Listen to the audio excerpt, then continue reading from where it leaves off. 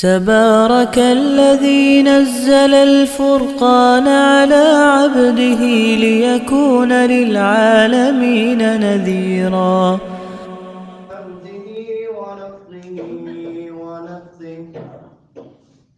الأخلاء يومئذ بعضهم لبعض عدو إلا المتقين.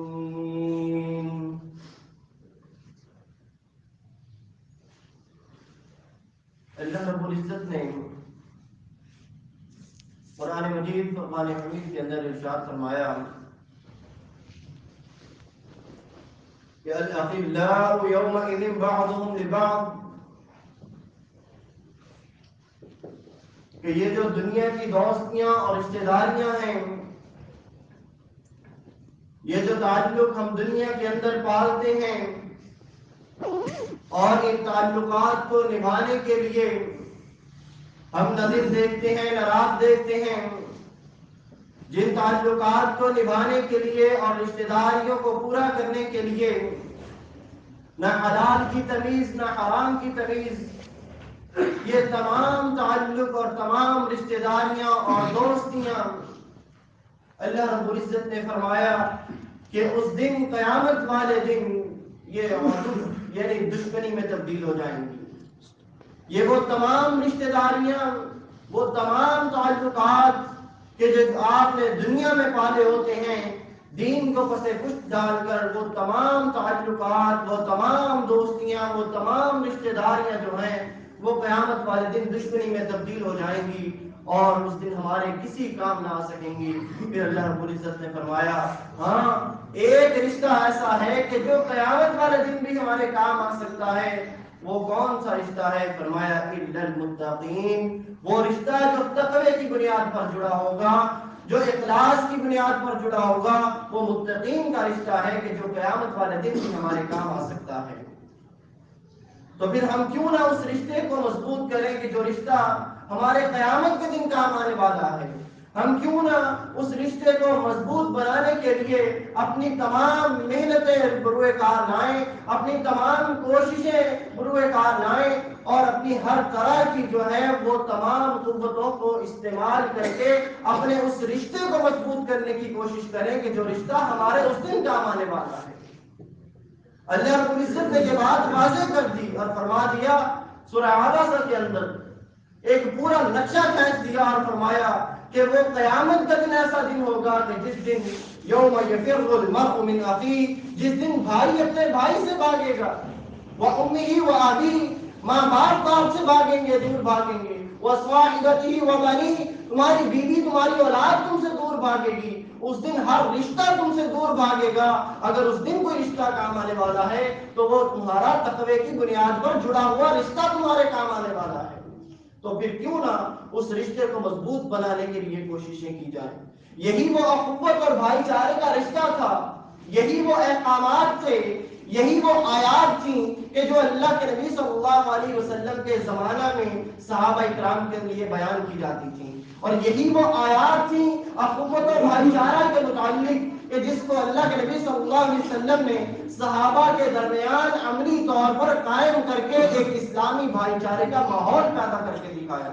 اور آپ صلی اللہ علیہ وسلم نے اس اخوت اور بھائی چارے کا رشتہ ایسا قائم کیا کہ اللہ رب العزت نے اس اخوت اور بھائی چارے کے رشتے کو جو قائم کیا تھا، اللہ تبارک و تعالیٰ نے اپنی منزل من اللہ کتاب کے اندر اس کا نقشہ کھینچا اور فرمایا محمد رسول اللہ والذین معہ اشداء علی الکفار رحماء بینہم، کہ یہ جو محمد صلی اللہ علیہ وسلم اللہ کے رسول ہیں، جو لوگ ان کے ساتھ ہیں، یہ کفار کے لیے تو بڑے سخت ہیں لیکن آپس میں بڑے رحیم ہیں۔ یہ تھا وہ نقشہ کہ جو اللہ کے رب العزت نے کھینچا اور ہمارے سامنے پیش کر دیا۔ آج وہی آیات ہم بیان کرتے ہیں، آج وہی فرامین ہمارے لیے بیان کیے جاتے ہیں، آج وہی آیات اور وہی احادیث ہمارے لیے بھی اتنی ہی اہمیت رکھتی ہیں۔ صحابہ کرام کے لیے جو احکامات تھے آج ہمارے لیے بھی وہی احکامات ہیں، وہی دین جو ان کے لیے تھا وہی دین آج ہمارے لیے بھی ہے،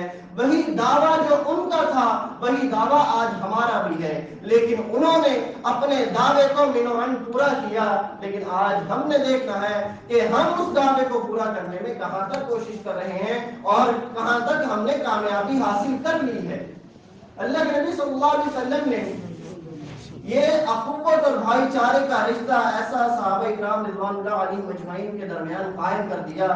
کہ جب ہم اس کی مثالیں دیکھتے ہیں تو ایمان جو ہے وہ ہمارا بڑھنا شروع ہو جاتا ہے۔ اللہ کے نبی صلی اللہ علیہ وسلم نے مواقعات مدینہ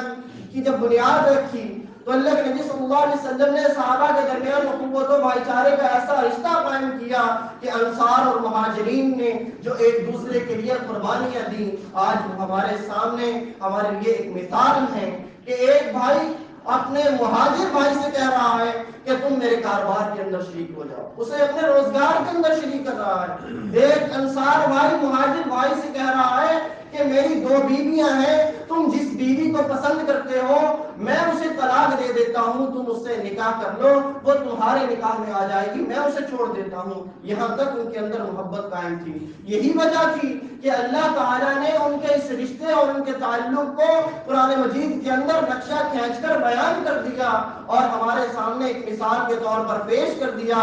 اور تاکہ ہم آج کے جو مسلمین ہیں اسی طرح اسی جو اللہ رب العزت نے ان کے لیے فرامین نازل کیے تھے ہم بھی اسی رشتے کو وہی اہمیت دیں اور اپنے اندر قائم کرنے کی کوشش کریں۔ آپ نے محبت بین المسلمین کے موضوع پر ایک تقریر سنی اور اکثر آپ ہمارے پلیٹ فارم سے ہمارے اجتماعات، ہمارے دروس، ہماری تقاریر، ہمارے خطبات اور جتنی بھی ہمارے جب بھی تقاریر ہوتی ہیں تو اکثر یہ موضوع بیان کیا جاتا ہے کہ محبت بین المسلمین، ہمارے آپس کے اندر محبت کس طرح قائم ہو سکتی ہے، لیکن آج ہم نے دیکھنا یہ ہے کہ وہ محبت اور وہ بھائی چارہ کہ جو اللہ رب العزت کو مطلوب ہے، جو اللہ رب العزت کو مقصود ہے، اس بھائی چارے کو ختم کی کون سی چیز کرتی ہے؟ آخر کون سی ایسی چیزیں ہیں کہ جو آج ہمارے درمیان محبت کو پیدا ہی نہیں ہونے دے رہی؟ وہ کون سی چیزیں ہیں کہ جن کی وجہ سے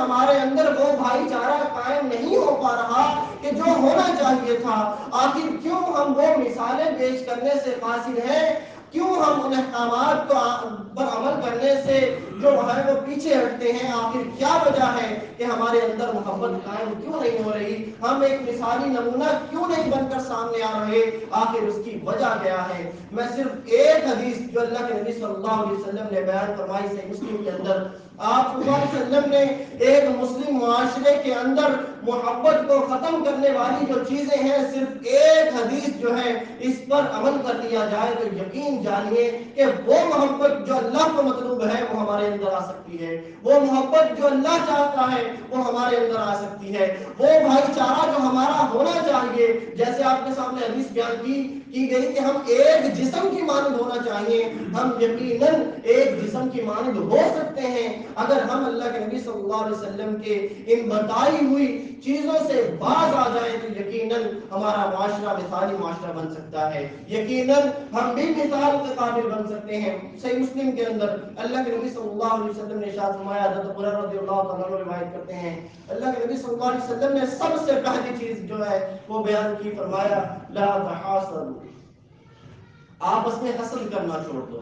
آپس میں جلنا چھوڑ دو، ایک دوسرے سے جلنا حسد کرنا۔ آپ صلی اللہ علیہ وسلم نے سب سے پہلے اس چیز سے منع فرمایا کہ آپس میں حسد کرنا چھوڑ دو، یہ حسد اتنی بری چیز ہے۔ ابن ماجہ کے اندر حدیث ہے کہ اللہ کے نبی صلی اللہ علیہ وسلم نے ارشاد فرمایا یہ جو حسد ہے، یہ حسد تمہاری نیکیوں کو ایسے کھا جاتا ہے کہ جس طرح کما تاکل النار الحطب، کہ جس طرح جو آگ ہے وہ لکڑی کو کھا کر ختم کر دیتی ہے، آگ لکڑی کو کھا جاتی ہے، اس کو ختم کر دیتی ہے، اسے راکھ بنا دیتی ہے، اس طرح یہ جو حسد ہے یہ تمہاری نیکیوں کو کھا جاتا ہے۔ یہی وہ حسد ہے کہ جو تمہارے اندر آ جائے تو تمہاری محبت ختم کر دیتا ہے۔ جب ایک بھائی دوسرے سے حسد کرنے لگ جائے، وہ اچھا لباس پہن لے تو حسد، اس کا کاروبار اچھا چل پڑے تو حسد، اس کے پاس اچھی گاڑی آ جائے تو حسد، اچھی موٹر سائیکل کوئی بائک کوئی گھر لے لے تو حسد، ہر معاملے میں اپنے بھائی سے حسد کرنا۔ جب حسد آ جائے گا تو محبت کہاں سے آئے گی؟ جب ایک دوسرے سے جلنا شروع کر دیں گے، اس کی ترقی سے جلنا شروع کر دیں گے، اس کے اچھے گھر گاڑی بنگلے سے جلنا شروع کر دیں گے، تو ہمارے اندر محبت کہاں سے آئے گی؟ اسی لیے فرمایا اللہ کے نبی صلی اللہ علیہ وسلم نے ہمیں حکمت کی باتیں بتائیں۔ وہ اللہ کے نبی صلی اللہ علیہ وسلم ہمیں حکمت کی باتیں بتا گئے کہ جو دنیا کے اندر کوئی ہستی بتا نہیں سکتی۔ اللہ کے نبی صلی اللہ علیہ وسلم نے فرمایا ابن ماجہ کے اندر، فرمایا جب تم اپنے بھائی کو نیا لباس پہنے ہوئے دیکھو، جب تم دیکھو کہ تمہارے بھائی نے لباس نیا پہن رکھا ہے، تو تم بجائے اس کے تم حسد کرو، تم دعا پڑھو، تم اس کو دعائیں دو، البس جدیدا وعش حمیدا ومت شہیدا ویرزقک اللہ قرۃ عین فی الدنیا والآخرہ۔ اے میرے بھائی تو نے نیا لباس پہنا ہے، اللہ تجھے شہادت کی موت عطا کرے، تو نے نیا لباس پہنا ہے، اے میرے بھائی اللہ تجھے دنیا آخرت کی آنکھوں کی ٹھنڈک عطا فرمائے۔ یہ اللہ کے نبی صلی اللہ علیہ وسلم نے حکمتیں دی ہیں، یہ ہمیں نسخے بتائے ہیں کہ جن پر ہم عمل کر لیں، ہم دیکھیں کہ ہم اللہ کے نبی صلی اللہ علیہ وسلم کے بتائے ہوئے نسخوں پر کہاں تک عمل کرتے ہیں۔ آج ہم آپس بیٹھے ہیں، ہم میں سے کوئی 25 سال سے اس جماعت میں ہے، کوئی 30 سال سے ہے، کوئی 10 سال سے ہے، کوئی 5 سال سے ہے، آج ہم میں سے کتنوں کو یہ دعا یاد ہے؟ اللہ کے نبی صلی اللہ علیہ وسلم نے فرمایا کہ جب تم اپنے بھائی کو نیا لباس پہنے ہوئے دیکھو تو اسے یہ دعا دو۔ آج ہم میں سے کتنے ہیں کہ جو اس سنت پر عمل کرتے ہیں، اپنے بھائی کو دیکھ کر دعا پڑھتے ہیں؟ ہمارا اس کے لباس کی طرف جو ہے ہمیں دیکھتے ہی فوراً دعا پڑھنی چاہیے۔ تو یقیناً اگر ہم اللہ کے نبی صلی اللہ علیہ وسلم کے بتائے ہوئے اس طریقے پر عمل کریں گے تو حسد خود بخود ہی ختم ہو جائے گا، کیونکہ آپ صلی اللہ علیہ وسلم کی تمام باتیں حکمت سے بھری پڑی ہیں۔ یقیناً اگر ہم ان پر عمل کریں گے تو ہمارا حسد خود بخود ختم ہو جائے گا۔ جب آپ دعا دیں گے تو اس کے دل میں آپ کے لیے محبت پیدا ہوگی، جب آپ اسے دعا دیں گے وہ یقیناً آپ کے لیے بھی دعائیں کرے گا، جب آپ اس کے لیے دعائیں کریں گے تو وہ بھی نماز کے بعد وہ بھی تنہائی میں آپ کے لیے دعا کرے گا۔ جب آپ دعا نہیں دیں گے تو وہ آپ کو کیسے دعا دے سکتا ہے؟ یہاں پہ اکثر درخواست کی جاتی ہے کہ فلاں کے لیے دعا کریں، فلاں بھائی کے لیے دعا کریں، تو ہم میں سے اکثر لوگ ایسے ہیں کہ جو دعا کے لیے ہاتھ تک نہیں اٹھاتے۔ کہا جاتا ہے کہ فلاں کے لیے دعا کریں، اللہ کے بندو جب آپ سے کہا جائے کہ دعا کے لیے ہاتھ اٹھائیں تو فوراً دعا کے لیے ہاتھ اٹھایا کریں۔ اگر آپ دعا کے لیے ہاتھ نہیں اٹھاتے، آپ اپنے تصور کیجئے کہ آپ بیمار پڑے ہوں، آپ ہاسپٹل میں ہوں، آپ بستر مرگ پر موجود ہوں، جب آپ کو دعاؤں کی اشد ضرورت ہو اور یہاں پر امام صاحب بیٹھ کر کہیں کہ فلاں بھائی بیمار پڑا ہے اس کے لیے دعا کر دیں، تو جتنی مرضی اپیل کر دی جائے آپ کے لیے کوئی ہاتھ نہیں اٹھائے گا، چاہے وہ آپ سے جیسا بھی تعلق رکھنے والا ہو۔ یہ اللہ کی طرف سے ایک کرشمہ ہے کہ جب آپ کسی کے لیے دعا نہیں کریں گے تو آپ کے لیے دعا نہیں کی جائے گی، جب آپ کسی کے لیے دل سے دعا نہیں نکالیں گے تو آپ کے لیے بھی کسی کے دل سے دعا نہیں نکلے گی۔ جب آپ سے دعا کے لیے کہا جائے تو ضرور ہاتھ اٹھایا کریں، یہ سمجھ کر کہ فرشتہ آپ کی دعا پر آمین کہتا ہے اور کہتا ہے کہ اے اللہ یہ جو بھائی اپنے مسلم دوسرے بھائی کے لیے جو مانگ رہا ہے اے اللہ تو اسے بھی عطا فرما۔ اللہ کے بندے جب آپ سے دعا کے لیے کہا جائے تو ہاتھ اٹھایا کیجیے۔ یہی وہ چیزیں ہیں جو ہم میں محبت پیدا کریں گی، یہی وہ چیزیں ہیں جو ہم میں سے حسد کو ختم کریں گی، کہ جس کے بارے میں اللہ کے نبی صلی اللہ علیہ وسلم نے سب سے پہلے تلقین فرمائی کہ لا تحاسدوا، آپس میں حسد کرنا چھوڑ دو۔ پھر اللہ کے نبی صلی اللہ علیہ وسلم نے دوسری چیز جس سے منع فرمایا ولا تناجشوا، آپس میں دھوکہ نہ دیا کرو ایک دوسرے کو۔ آج ہم دیکھیں کہ ہم میں سے جو لوگ اس جماعت میں شامل ہیں، افسوس تو ان پر ہوتا ہے، غیروں سے ہم شکوے کیا کریں۔ آج ہم میں سے ہی ایسے لوگ موجود ہیں کہ جن سے ادھار کا لین دین ہوتا ہے، جن سے معاملات ہوتے ہیں، آپس میں پیسوں کا لین دین کرتے ہیں، لیکن وقت پر پیسے نہیں لوٹاتے، وقت پر رقم نہیں لوٹاتے۔ ایک دوسرے کو یہ وعدہ خلافی کرنا دھوکے کے زمرے میں آتا ہے۔ آپ نے جو ٹائم دیا اس ٹائم کے پیسے نہیں دیے، یہ بھی دھوکہ ہے۔ آپ نے ایک تو دھوکہ کیا، دوسرا آپ نے جھوٹ کا انتخاب کیا، وعدہ خلافی کی۔ یہ تمام چیزیں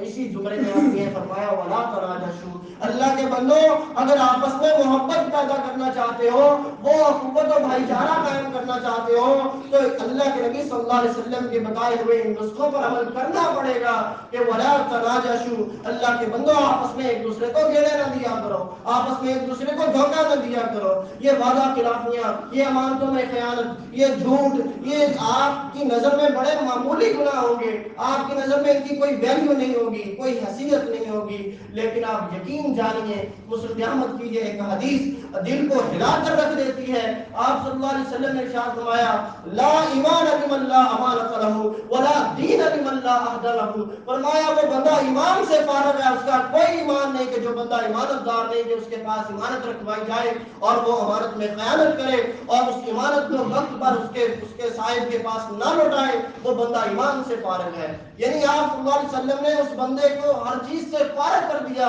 اس کی تمام عبادات، اس کی تمام محنتیں، مشقتیں وہ تمام بیکار ہیں اگر بندہ ایمانت دار نہیں ہے. اگر بندہ ایماندار جو ایمانت دار نہیں تو فرمایا لا ایمان، اس کا ایمان ہی نہیں ہے، وہ جتنا مرضی مومن بنتا پھرے، فرمایا اس کا ایمان ہے ہی نہیں. پھر فرمایا ولا دین لمن لا عہد له. یہ ایک حدیث جب بھی بیان کرتا ہوں میرے خود جو ہے وہ رونگٹے کھڑے ہو جاتے ہیں. فرمایا ولا دین لمن لا عہد له، اس بندے کا کوئی دین ہی نہیں ہے، وہ بندہ دیندار ہی نہیں ہے کہ جو بندہ وعدہ پورا نہیں کر سکتا، وہ بندہ جو دوسروں کو گیڑے دیتا ہے، وہ بندہ جو آپس میں ایک دوسرے کو دھوکے دیتا ہے. فرمایا ولا دین لمن لا عہد له، وہ اس بندے کا کوئی دین نہیں ہے. وہ بندہ جتنا مرضی متقی پرہیزگار دیندار بنا پھرے، جتنی مرضی سردی میں ٹھٹرتا ہوا وضو کرے، وضو کر کے مسجد میں آئے، سجدے کرے، نمازیں پڑھے، روزے رکھے، زکات دے، حج کرے، ہر سال حج کو چلا جائے. فرمایا اگر وہ یہ تمام کام بھی کر لے لیکن دنیا دار لوگوں کے دنیا میں رہتے ہوئے لوگوں کے ساتھ جب وعدے کرے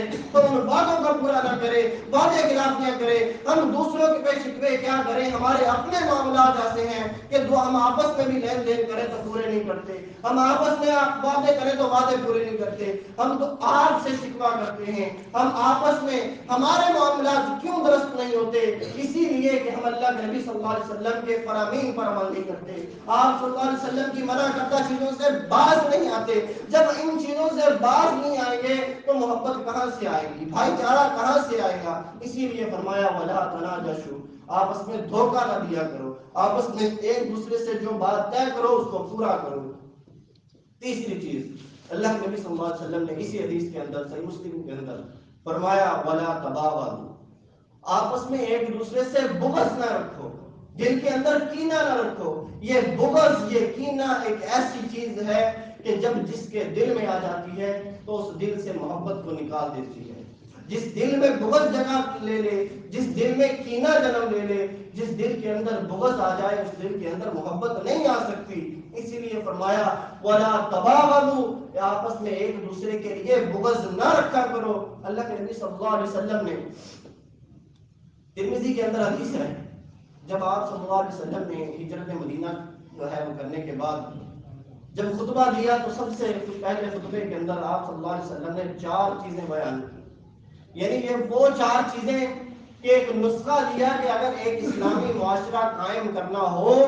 اگر ایک اسلام کی بنیاد قائم رکھنی ہو تو اس اسلامی معاشرے کے قیام کے لیے کون کون سی چیزیں ضروری ہیں. آپ صلی اللہ علیہ وسلم نے ارشاد فرمایا افشوا السلام، تم سلام کو عام کرو، سلام کو پھیلاؤ، آپس میں ایک دوسرے پر کثرت سے سلامتی بھیجو. اس سلام کو کرنے سے کیا ہوگا؟ تمہارے دل سے بغض نکلے گا. یہ ایک نسخہ ہے جو اللہ کے نبی صلی اللہ علیہ وسلم نے فرمایا افشوا السلام، آپس میں ایک دوسرے کو سلام کیا کرو، سلام کرنے میں آر محسوس نہ کیا کرو، شرم محسوس نہ کیا کرو. واطعموا الطعام، اللہ کی رضا کے لیے اپنے بھائیوں کو کھانا کھلایا کرو. واصلوا الرحام، اور رشتہ داریوں کو ملاؤ، رشتہ داریوں کو توڑو مت. پھر چوتھی چیز فرمایا وَصَلُّوا بِاللَّيْلِ وَالنَّاسُ نِيَامٌ، اور رات کو اٹھ کر نماز پڑھو جب لوگ سو رہے ہوں، جب لوگ سو رہے ہوں آرام کی نیند تو تم اٹھ کر نماز پڑھو. یہ وہ چیزیں ہیں کہ جب اللہ کے نبی صلی اللہ علیہ وسلم نے اسلام کی بنیاد رکھی، جب آپ نے اسلامی سلطنت کا قیام شروع کیا، جب آپ نے سلطنت اسلامیہ کا قیام شروع کیا تو آپ نے سب سے پہلے جو خطبہ دیا اس میں یہ 4 چیزیں بیان کی. اس لیے یہ بیان کی کہ اگر ان چیزوں پر عمل کر لیا جائے تو اس اسلامی معاشرے کے اندر محبت آ سکتی ہے، الفت آ سکتی ہے، بھائی چارہ آ سکتا ہے، دل سے بغض کینہ ختم ہو سکتا ہے یہ سلام کرنے سے۔ صحیح مسلم کے اندر اللہ کے نبی صلی اللہ علیہ وسلم نے ارشاد فرمایا کہ لا تدخلون الجنہ حتی تؤمنوا، فرمایا تم اس وقت تک جنت میں داخل ہو نہیں سکتے کہ جب تک تم ایمان نہ لے آؤ، ولا تؤمنوا، اور تم اس وقت تک ایمان والے ہو نہیں سکتے کہ جب تک تم حتی تحاببتم، کہ جب تک کہ تم آپس میں محبت نہ کرنے لگ جاؤ۔ اور پھر فرمایا اللہ کے نبی صلی اللہ علیہ وسلم نے کہ صحابہ سے پوچھا کہ کیا میں تمہیں ایسی چیز نہ بتاؤں کہ جس کے کرنے سے تم آپس میں محبت کرنے لگ جاؤ گے، تمہارے دل سے بغض کینہ نکل جائے گا۔ اللہ کے نبی صلی اللہ علیہ وسلم نے فرمایا افشوا السلام بینکم، آپس میں سلام کثرت سے کیا کرو، آپس میں سلام کو پھیلاؤ۔ تم سلام کثرت سے کرو گے تو پھر یقیناً کیا ہوگا کہ تمہارے دل سے بغض خود بخود نکل جائے گا۔ اللہ کے نبی صلی اللہ علیہ وسلم نے اس حدیث کے اندر بڑا ایک خوبصورت ربط باندھا، فرمایا کہ تم جنت میں نہیں جا سکتے جب تک ایمان نہیں لے آتے، اور تم ایمان والے ہو ہی نہیں سکتے جب تک تم محبت نہ کرنے لگ جاؤ۔ اور تم محبت کیسے کرو گے؟ تمہارے اندر محبت اس وقت تک آ ہی نہیں سکتی جب تک تم سلام کو عام نہ کر دو، جب تک تم آپس میں سلام میں شرم محسوس کرنا نہیں چھوڑو گے، ایک دوسرے کو سلامتی بھیجنے میں شرم محسوس کرنا نہیں چھوڑو گے، تمہارے اندر اس وقت تک محبت نہیں آ سکتی۔ محبت آئے گی نہیں، تمہارا ایمان کا دعویٰ جھوٹا ہے، تم ایمان والے ہو ہی نہیں سکتے۔ اور جب تمہارا ایمان کا دعویٰ جھوٹا ہے، جب تمہارا ایمان ہی جھوٹا ہے تو اللہ کے نبی صلی اللہ علیہ وسلم نے فرمایا تم جنت میں نہیں جا سکتے۔ ایک بڑا خوبصورت ربط باندھ دیا اس حدیث کے اندر۔ یہ وہ چیزیں ہیں کہ جو اللہ کے نبی صلی اللہ علیہ وسلم نے ہمارے اندر سے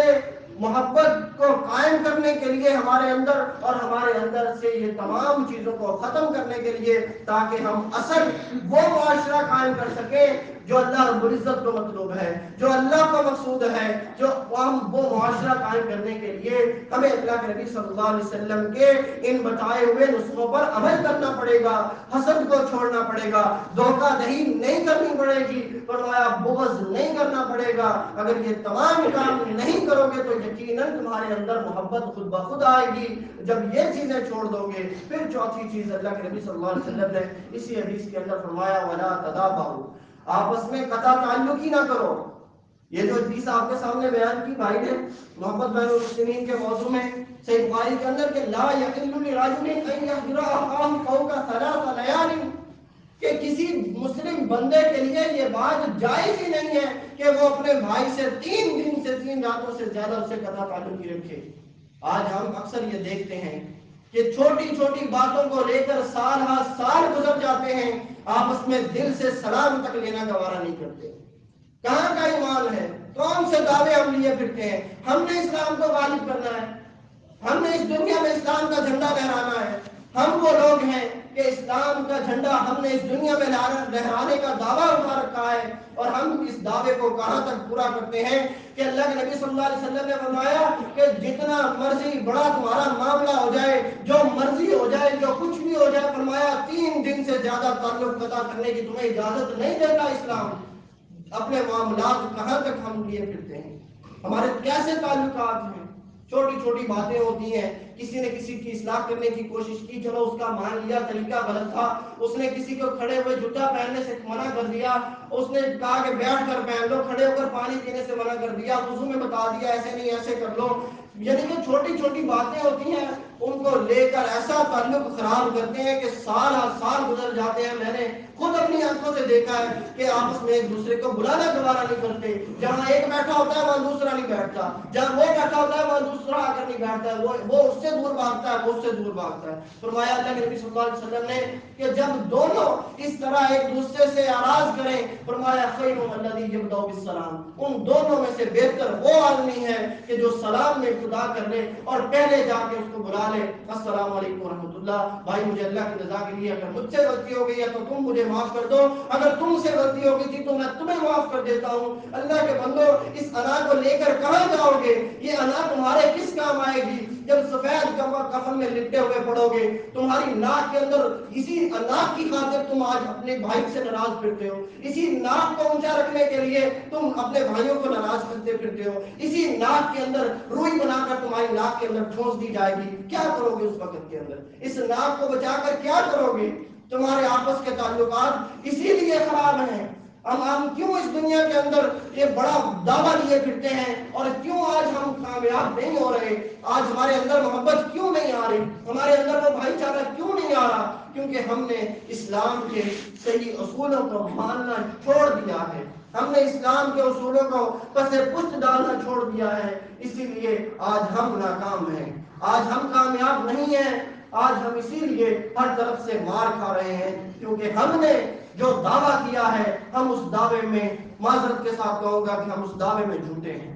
ہم اس دعوے کو صحیح معنوں میں پورا نہیں کر رہے، ہم اس دعوے کو پورا کرنے میں بری طرح سے ناکام ہیں، کیونکہ وہی کام جو اللہ کے نبی صلی اللہ علیہ وسلم نے مسلمین سے کہے تھے، جو مسلمین ہی اس پر عمل نہیں کریں گے تو کون آ کر کرے گا؟ اللہ کے نبی صلی اللہ علیہ وسلم نے فرمایا، ایک اور حدیث اسی بات سے تعلق رکھتی ہے، فرمایا کہ ہفتے کے اندر 2 دن کے اندر اللہ رب العزت کے ہاں اعمال پیش کیے جاتے ہیں، پیر اور جمعرات کے دن۔ جب ان 2 دنوں کے اندر اللہ کے ہاں اعمال پیش کیے جاتے ہیں تو اللہ رب العزت تمام ایمان والوں کو معاف کر دیتا ہے، ان کی تمام چھوٹی بڑی خطائیں اللہ رب العزت تمام کی معاف کر دیتا ہے، سوائے ان 2 لوگوں کے کہ اللہ رب العزت ان کو معاف نہیں کرتا اور فرماتا ہے کہ اترکوا ہذین، ان دونوں کو چھوڑ دو، حتی یفیہ، جب تک یہ دونوں آپس میں صلح نہیں کر لیتے، آپس میں تصفیہ نہیں کر لیتے، ان دونوں کی بخشش نہیں ہو سکتی۔ اللہ کے بندو، کیوں اپنی انا کی خاطر اپنے اعمال کو ضائع کر رہے ہو؟ کیوں اپنی انا کو بچانے کے لیے اپنے اعمال برباد کر رہے ہو؟ سخت گرمی کے موسم میں تم نمازیں پڑھتے ہو، کیا ہوگا کہ اگر وہ تمہاری نمازیں کام نہ آئی؟ سخت سردی کے موسم میں گھر سے چلتے ہو، گرم بستروں کو چھوڑتے ہو، ٹھنڈے پانی سے وضو کرتے ہو، مسجد میں آ کر نماز پڑھتے ہو، کتنی محنت کرتے ہو، مشقت کرتے ہو، کیا بنے گا کہ جب تمہاری یہی نمازیں یہی تمہارے منہ پر مار دی جائیں گی کہ تم دنیا والوں سے تو یہ سلوک کر کے آئے تھے، میری مخلوق کے ساتھ تو تم نے یہ ظلم کیے تھے، یہ کچھ کر کے تم آئے تھے، تو یہ لوگ یہ تمہاری باتیں بھی تمہارے منہ پر مار دی جاتی ہیں۔ اللہ کے بندوں، نمازوں کو بچانا ہے، عبادتوں کو بچانا ہے تو اپنے تعلقات کو اچھا کیجئے، آپس میں قطع تعلقی نہ کیجئے، اپنی انا کی خاطر اپنے بھائی سے ناراض مت رہیے، جتنا بڑا مرضی معاملہ ہو جائے 3 دن سے زیادہ قطع تعلقی نہ رکھیے، چھوڑ دیجئے اپنی انا کو اور اس سے سلام کرنے میں ابتدا کر لیجئے اور اللہ کے ہاں اپنی معافی کر لیجئے۔ فرمایا ان 2 لوگوں کو چھوڑ دو، جب تک یہ صلح نہ کر لیں ان کی معافی نہیں ہو سکتی۔ ہم میں سے ہر شخص معافی کا طلبگار ہے، ہم میں سے ہر شخص اس بات کو جانتا ہے کہ نہ جانے کون سی سانس آخری ہوگی، جو سانس باہر آئی ہے پتہ نہیں وہ اندر جائے گی کہ نہیں، جو اندر گئی ہے پتہ نہیں وہ باہر آئے گی کہ نہیں۔ جب معاملہ اتنا سینسٹیو ہے، اتنا حساس معاملہ ہے، تو پھر کیوں اپنی انا کی خاطر اپنی آخرت برباد کرنے پہ تلے ہوئے ہو؟ اللہ کے بندو، اللہ کے نبی صلی اللہ علیہ وسلم کے بتائے ہوئے ان نسخوں پر عمل کرو، آپس میں یہ چیزیں ختم کرو، یہ ختم کر دو گے تو وہ تمام چیزیں جو محبت پیدا کرتی ہیں وہ خود بخود ہمارے اندر آنا شروع ہو جائیں گی۔ اللہ کے نبی صلی اللہ علیہ وسلم نے پھر اس کے بعد فرمایا وَلَا يَبِيعَ عَلَى بَيْعِ بَعْضِكُمْ عَلَى بَعْضٍ، فرمایا 5ویں نصیحت تم کو یہ ہے کہ جب تم میں سے ایک بھائی کسی چیز کو خریدنے کے لیے بولی لگا دے، کسی چیز کو خریدنے کا ارادہ کر لے، تو دوسرے کے لیے یہ بات جائز نہیں ہے کہ وہ اس کی بولی کے اوپر بولی لگائے۔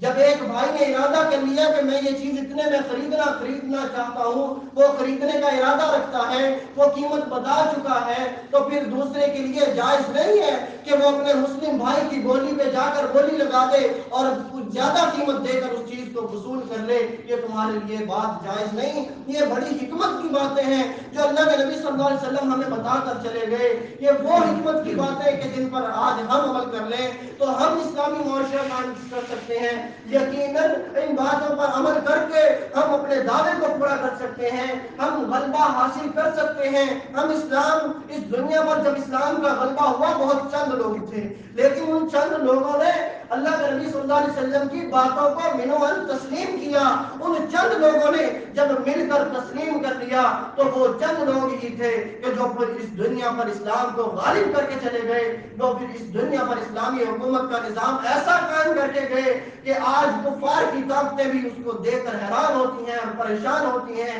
کہ کیسے وہ غریب لوگ تھے، وہ جھونپڑیوں میں رہنے والے لوگ تھے، کیسے انہوں نے اسلام کو نافذ کر دیا، کیسے اس دنیا پر اسلامی حکومت کا جھنڈا لہرا دیا، کیسے کر گئے وہ لوگ۔ وہ اسی طرح کر گئے کہ جو حکم دیا جاتا تھا وہ سمعنا واطعنا کہہ کر اس کو قبول کر لیتے تھے، اپنی انا کی خاطر اس پر جو ہے وہ ڈٹ نہیں جاتے تھے کسی معاملے پہ کہ ہم ایسا نہیں کریں گے۔ اپنے باغ باغیچے سب چھوڑے، اپنی اولاد، بیٹے، بہن، بھائی، رشتہ داریوں کو پیچھے رکھا، دین کو آگے رکھا، اللہ کے نبی صلی اللہ علیہ وسلم کے حکم کو آگے رکھا، آپ صلی اللہ علیہ وسلم کی اطاعت و اتباع کو اہمیت دی، اور انہی چند لوگوں نے، انہی غریب لوگوں نے اسلام دنیا پر غالب کر کے دکھایا۔ ہم بھی وہی لوگ ہیں، ہم نے بھی ایک وہی دعویٰ کیا ہے، سیم ان کے بعد دعویٰ آج ہمارا بھی ہے، وہی آیتیں ہمارے لیے بھی ہیں، وہی نبی ہمارے لیے بھی ہے، وہی احکام ہمارے لیے بھی ہیں۔ جب دعویٰ وہی ہے، آیتیں وہی ہیں، ہم لوگ وہی ہیں، تو پھر کیوں ہمارا عمل وہ کیوں نہیں ہے؟ کلمہ ہم بھی وہی پڑھتے ہیں جو صحابہ نے پڑھا تھا، نبی ان کے بھی وہی تھے جو ہمارے ہیں، آیتیں ان کے لیے بھی وہی تھی جو ہمارے لیے ہیں، تو پھر آج ہم کیوں پیچھے ہیں، وہ کیوں آگے تھے؟ کبھی سوچیں اور غور کریں۔ ہم اس لیے پیچھے ہیں کہ ہم کہنے کی حد تک بہت کچھ ہیں لیکن کرنے کی حد تک ہم کچھ بھی نہیں ہیں۔ اللہ کے نبی صلی اللہ علیہ وسلم نے ہمیں وہ چند باتیں بتائیں کہ جن پر عمل کر لیا جائے تو یقین مانیے کہ وہ محبت جو ہمارے اندر ہونی چاہیے، جو محبت اسلام کے غلبے کے لیے ہمارے اندر ہونی چاہیے، وہ خود بخود آ جائے گی اگر ہم ان چیزوں کو چھوڑ دیں۔ اللہ کے نبی صلی اللہ علیہ وسلم نے پھر فرمایا وَكُونُوا عِبَادَ اللَّهِ إِخْوَانًا، اللہ کے بندوں، اسی سے مسلم کی حدیث میں آپ کے سامنے بیان کر رہا ہوں، وہی حدیث آپ کے سامنے چل رہی ہے۔ فرمایا کہ وَكُونُوا عِبَادَ اللَّهِ إِخْوَانًا، آپس کے اندر بھائی بھائی بن کر رہو۔ پھر فرمایا المسلم اخو المسلم، آپ نے بات کا ربط توڑا، آپ نے باتوں کو ربط توڑ کر فرمایا جیسے بندہ کوئی بات کرتا ہے نا، کچھ باتوں سے منع کرتا جاتا ہے، پھر تھوڑا سانس لیتا ہے اور رک جاتا ہے، اور بڑی جیسے کسی بندے کے بڑے دل سے کوئی بات نکل رہی ہوتی ہے۔ اللہ کے نبی صلی اللہ علیہ وسلم نے بات کا ربط توڑا اور پھر فرمایا المسلم اخو المسلم، مسلم ہی تو مسلم کا بھائی ہے، کہاں سے یہ بھائی چارہ تلاش کرنے جاؤ گے، کہاں سے یہ دنیا داری کے اندر تم اس بھائی چارے کو تلاش کرتے پھرو گے؟ آپ نے بات کا ربط توڑا اور فرمایا المسلم اخو المسلم، اللہ کے بندو یہ مسلم کا ہی تو بھائی ہے، اور بھائی چارہ کہاں پہ جا کے تلاش کرو گے؟ اگر اسی بھائی چارے کو تم آپس میں قائم کر لو تو فرمایا اللہ کے نبی صلی اللہ علیہ وسلم نے تمہارے اندر محبت آ سکتی ہے، اور وہ تمام چیزیں جن سے منع کیا گیا ہے اگر تم ان چیزوں کو ختم کر دو۔ پھر اللہ کے نبی صلی اللہ علیہ وسلم نے ارشاد فرمایا، تین باتیں فرمائیں، اس کے بعد آپ نے بات کا ربط توڑا،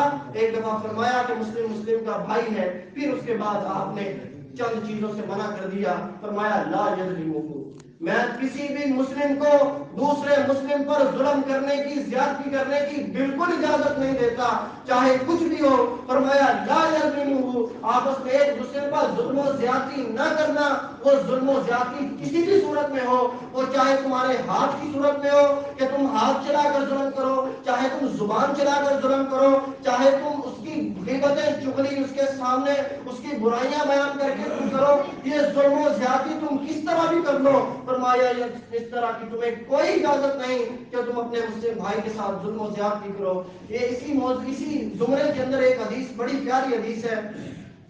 اللہ کے نبی صلی اللہ علیہ وسلم نے ارشاد فرمایا، یہ حدیث بھی ایسی حدیث ہے کہ جب بھی میں پڑھتا ہوں، جب بھی اس کا مطالعہ کرتا ہوں تو رونگٹے کھڑے ہو جاتے ہیں۔ اللہ کے نبی صلی اللہ علیہ وسلم نے ارشاد فرمایا کہ جس نے بھی کسی اپنے دوسرے مسلم بھائی کے ساتھ زیادتی کی ہے، کوئی ظلم کیا ہے، تو اسے چاہیے کہ وہ اپنی چلتی سانسوں کے ساتھ اپنے بھائی سے معافی مانگ لے، اس سے اس معاملے کو رفع دفع کر لے، اس زیادتی کی معافی مانگ لے، اس دن کے آنے سے پہلے کہ جس دن کوئی مال و متاع نہیں ہوگا، کوئی درہم و دینار نہیں ہوگے، تمہارے بچنے کے لیے کوئی بھی چیز کام نہیں آئے گی۔ فرمایا اگر کسی کے ساتھ کوئی ظلم و زیادتی کیا ہے،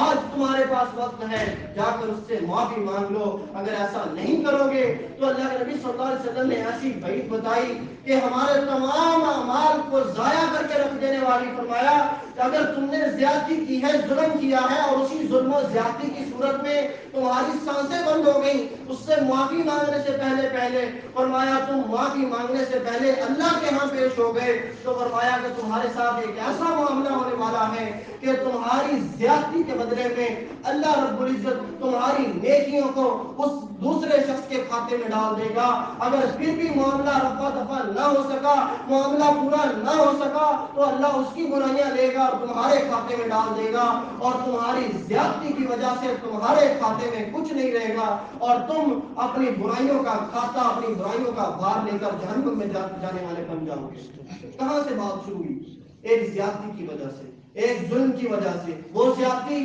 وہ دلازاری کہ جو ہم نے زبان سے کی تھی، وہ دلازاری جو ہم نے ہاتھ چلا کر کی تھی، آج ہم ہاتھ چلا کر تو ظلم و زیادتی نہیں کرتے، لیکن زبان چلا کر بہت کرتے ہیں۔ جس میں جتنی طاقت ہوتی ہے وہ اپنی طاقت ضرور استعمال کرتا ہے، کوئی امیر ہے یا غریب ہے، جہاں اس کے پاس کوئی ہوتا، کوئی طاقت کوئی ہے، وہ اتنی استعمال کرتا ہے اور اپنی اسی طاقت کو استعمال کرتے ہوئے ظلم و زیادتی کرتا ہے۔ اسے پتہ بھی نہیں ہوتا کہ جب میں نے بات کی تھی اس بات کی وجہ سے میرے بھائی کی کہاں دل آزاری ہوئی، وہ روتا پھرتا ہے، اس کے دل آزاری کر دی، لیکن تمہیں خبر تک نہیں کہ تم نے اس کے ساتھ زیادتی کی ہے۔ اللہ کے بندو، وہی زیادتی، وہی تمہارا ظلم کیا ہوا قیامت کا دن ہوگا، اور فرمایا کہ وہی زیادتی تمہیں جہنم میں لے کر چلی جائے گی۔ اسی بات سے ملتی جلتی صحیح مسلم کے اندر بات، اللہ کے نبی صلی اللہ علیہ وسلم نے صحابہ کی محفل تھی، پوچھا اتدرون من مفلس، اے میرے صحابہ تم جانتے ہو کہ مفلس کون ہے،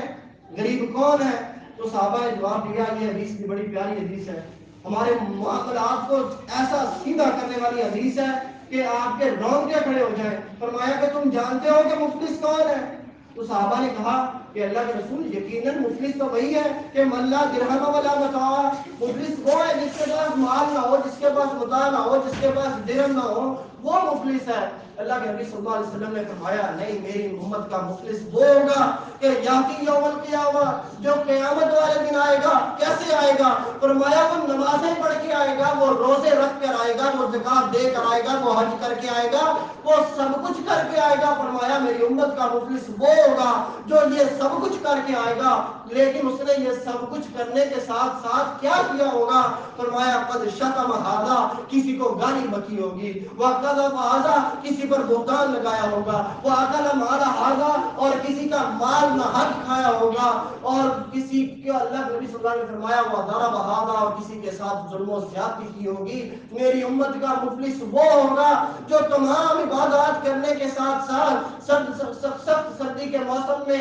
نمازیں پڑھنے کے ساتھ ساتھ شدت کی گرمی میں نمازیں پڑھنے کے ساتھ ساتھ اس نے یہ کام بھی کیے ہوں گے۔ یہ وہ کام ہے کہ جو آج ہماری نظر میں کوئی اہمیت نہیں ہے ان کی، کہ ہم کسی کے اوپر الزام لگا دیں، کسی کے اوپر بہتان لگا دیں، کسی کے اوپر جھوٹا الزام باندھ دیں، کسی کو گالی دے دیں، ایسے تمام یہ چھوٹی چھوٹی چیزیں جو ہماری نظر میں معمولی ہیں۔ فرمایا میری امت کا مفلس ہوگا، ساری باتیں کر کے آئے گا، اگر ساتھ اس نے یہ کام بھی کیے ہوں گے تو اس کے ساتھ بھی یہی معاملہ ہوگا کہ جس کے ساتھ اس نے ظلم و زیادتی کی ہوگی، جس کو گالی بکی ہوگی، جس کے اوپر بہتان لگایا ہوگا، اللہ تبارک و تعالیٰ اس کے گناہوں کو اٹھائے گا، اس کی برائیوں کو نکالے گا، اور اس شخص کے کھاتے میں ڈال دے گا کہ جس نے ظلم و زیادتی کی ہوگی۔ یہ تمام معاملے سے، یہ تمام کام کرنے سے بھی معاملہ رفع دفع نہ ہو سکا، تو فرمایا اللہ تبارک و تعالیٰ اس شخص کی نیکیاں کہ جو اس نے نمازوں کی صورت میں کی تھی، روزوں کی صورت میں کی تھی،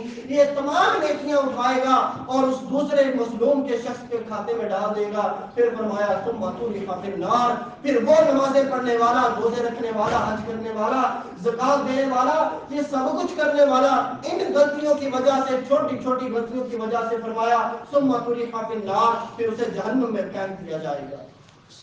آج ہماری نظر میں یہ چیزیں معمولی ہیں۔ اللہ کے بندوں، ہم عبادات بڑی مشکل سے کرتے ہیں۔ اس فتنوں کے دور میں ہم عبادات، نمازیں، روزے، یہ سب بڑی مشکل سے کرتے ہیں، لیکن کیا ہوگا کہ اگر یہ ہمارے کام نہ آئے؟